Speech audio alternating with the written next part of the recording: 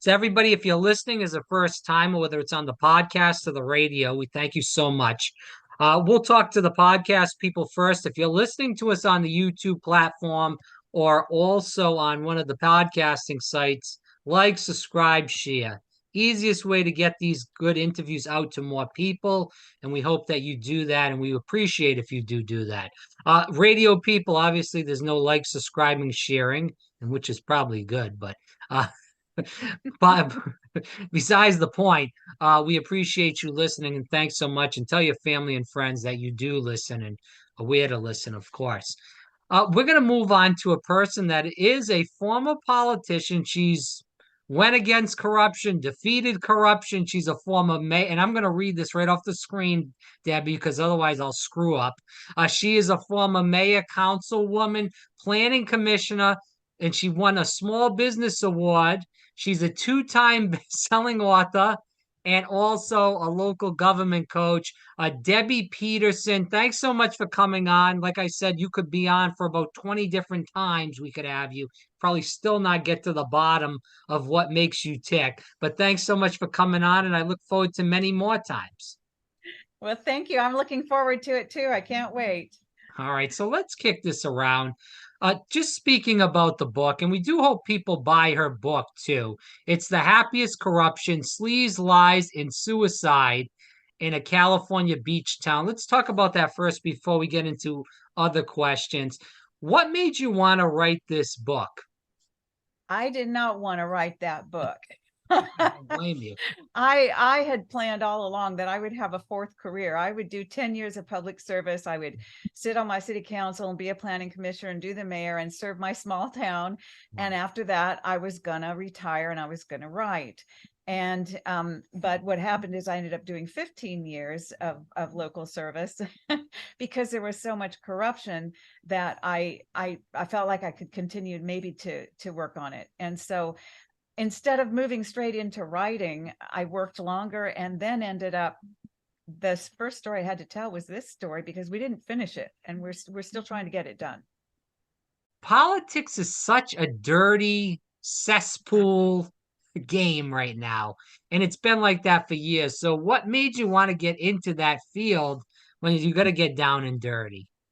You know, I did not want to get into it. I hate politics. I've always hated politics. I can't do office politics because I just want to get stuff done. Right.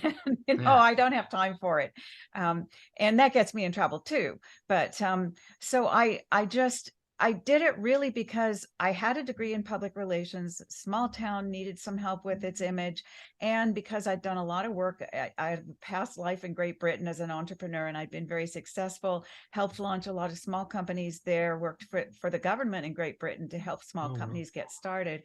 And so I felt like there was a lot I could do for my small town that needed help with redevelopment. And their budget was about the same as my business budget had been. And they had about the same number of employees and the same number of different units and things. And I thought, you know, I could get my arms around this and I could help, I could serve. And that really was my motivation. I felt like I could make a difference. And that's what I wanted to do. And we did to some extent. We did make a difference. There's some great things that happened. so let's talk about your accomplishments in public service. You know, like you were a councilwoman, obviously mayor, and obviously on the planning commission. What do you think were your some of your biggest accomplishments as you know, as the audience keeps listening in? Some of them were little things, but the importance of this is that, and you know, local government is where it really all happens for all of us. That's where we pay our sewer bills and our Right. trash bills, and where the streets flood, and that, you know, there's no snow plows when there's a big storm. All that stuff happens at local government level. And so little things like on the planning commission, we managed to make sure that there wasn't a big telecommunications thing submitting big EMFs and all kinds of things that might harm children right next door to the school. Little stuff like that. We managed to get, I convinced them that they should allow gray water in town so that we could conserve more water. And so some really simple things like that. But then on a bigger level, our town needed new streets really desperately. And so we managed to convince the community to pass a bond to improve the streets, which we've done. And people have been complaining about the streets for 40 years. And finally, I managed to get that done. So that was huge. That was really important. And we did, and that improved the community's image. So, and then we also took down corruption. Our sewer district had lost $11 million. It kind of Wow. went away out of its reserves. And so we managed to sort that around out and turn it around. And then a couple of another district that was also corrupt. We fixed that one too. So when we talk about this, because there's a lot of young people listening, but there's a lot of actually we have a good group of the older crowd that listen in, and we're grateful for them also. But for the people that are just, whether they're young or old, whatever economic background they're from, if they want to get into public service, but they're scared and nervous about stuff that happened in their past, or, they don't want to deal with that, what advice would you give to them? I I would say on balance, I'm really glad I did it. And for me, I'm just going to put it out there on a really personal level. I just met people I never would have met before, and I really enjoyed it. If I'm talking about it as someone who's a senior, I can tell you it was great for my brain because I learned so much. And I had, I had to do a lot of reading. I'm really good at speed reading now. And from anybody's point of view, you know what's going on and you have a part in it. And it's actually very interesting. So for me, it was a lot of fun. And there was more fun in it and more heartwarming things in terms of relationships with people who lived in my town than there was bad stuff. Because actually, on balance, there are more good people than there were bad people. So, yeah, I would say do it. It's fun and you can make a difference and you'll have a chance to meet other people and be a part of doing a good thing. Hey, Not let that me I'm, ask you this. Sorry to interrupt you, but let me yeah. ask you this. How did you, and I know you had term limits, but you still could have ran for a different office, statewide, citywide, whatever it may be, Congress. Why did you just say, hey, it's time for me to go? I did my job. I did what I enjoyed, and I, made a lot of friends. I got a lot of stuff done. But you held your ego together and said, you know what? I got what I wanted to do done. It's time for me to pack it up, do something else, and enjoy my life in a different way.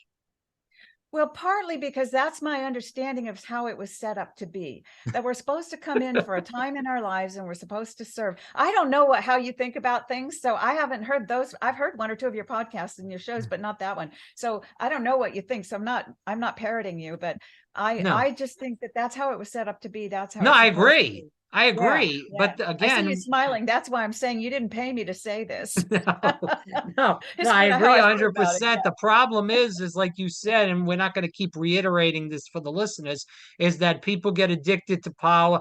People were saying, oh, that's an ageist thing. You hate people that are No, older. It's not. no, it's not. Yeah, go ahead.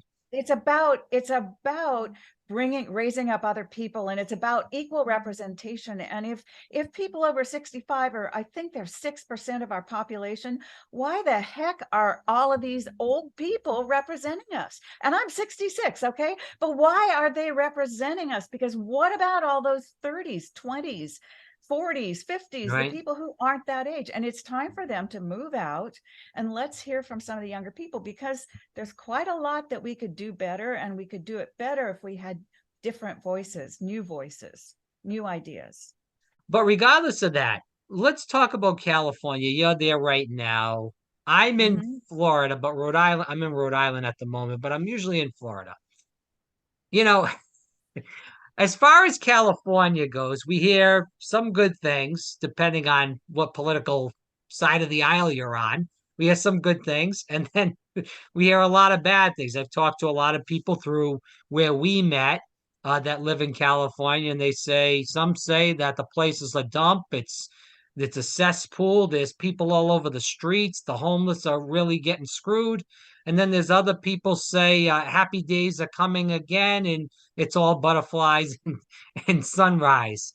So, what is your opinion? Let's be honest and truthful to Okay, the so viewers.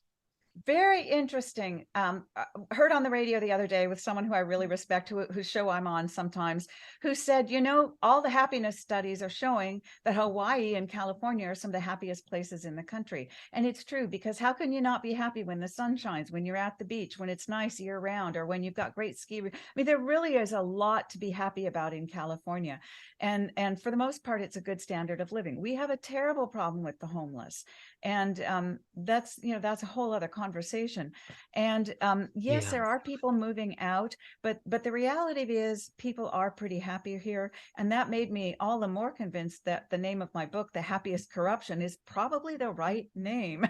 and and politically, I don't talk politics in terms of parties, because my message is the right message for all of us, that we need to get involved, we need to vote, we need to participate. I don't care what party we are. It's that exchange of ideas that's important.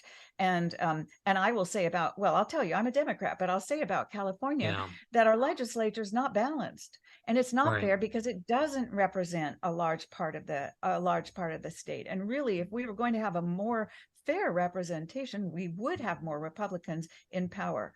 And as a Democrat, that Well, is not a popular opinion, and that's probably why I never got it. Anyway. Gavin Newsom, the governor. There was, and he's very tight for people that know this, and we know a lot of listeners that do know a lot about politics. Gavin Newsom, obviously the governor of California, former mayor of San Francisco, very tight with the Clintons. He is looking to run for president of the United States, depending on what happens with Biden. If he runs, if he doesn't, maybe he'll even challenge him. Who knows? Time will tell as far as that goes. He faced the recall. He won that pretty handedly in Mhm. 2021. Obviously, 2022, the reelection was a joke. It was a landslide. What is your take on the governor? Does he have what it takes to be president of the United States, whether it's in 2024 or in 2028? Because, we hear a lot about the homeless problem. We hear a lot about the COVID-19 vaccine issue, the mask issue with the kids, where even going back to 2020, and this is where I have the problem with people like Nancy Pelosi and Gavin Newsom. They're telling everybody else to wear masks, but they're having their parties and locking down the states. I thought it was just a travesty, and those are the things that are hurting the Democratic Party in California and Mhm. beyond. I know Yeah. I rambled, but I'll let you talk now Yeah. for as long as it takes. Well, I was pretty happy with the how he handled the pandemic. I think he did pretty well on that. And I was pretty happy with how he did things. I supported him in the recall, and I think I voted for him again this time around.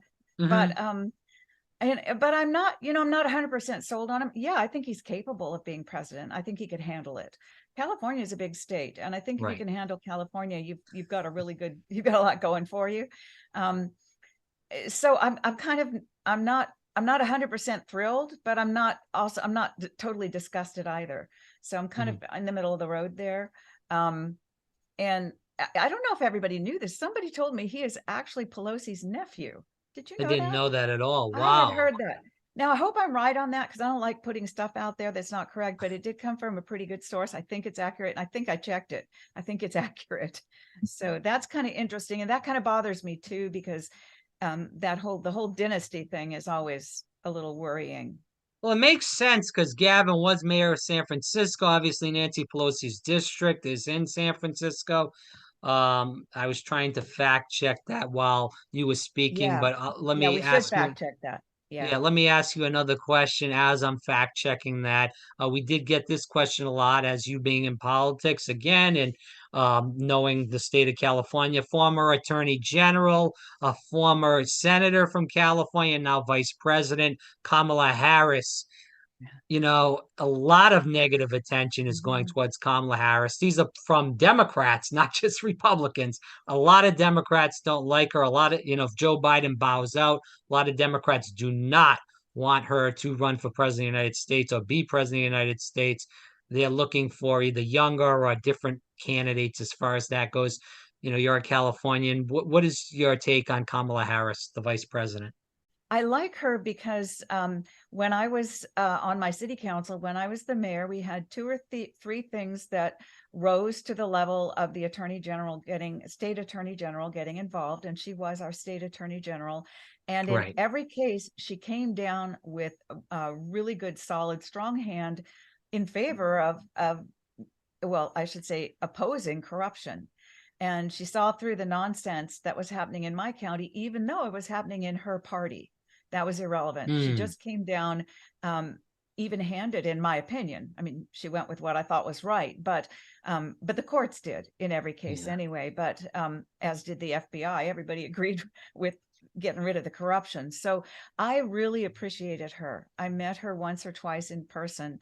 Didn't speak with her for very long at all. It was just at campaign events. But I hate to say it, but I have to say that, and I encountered this a few times I think in some ways with her, it's anything but a woman, and particularly Okay. anything but a woman of unusual color. I mean, it's not just that she's both Indian and African American. And I just think that I just don't think people are willing to admit it, but I think that it bothers them still. Um, Mm, I will say, but what I will say, in the defense of the people who find her hard to warm up to, is she is hard to warm up to. She doesn't have a great bedside manner, and mm, so that works against her a little bit. Her husband does, yeah. he's quite lovable. But I do like her. I like her, and I would trust her.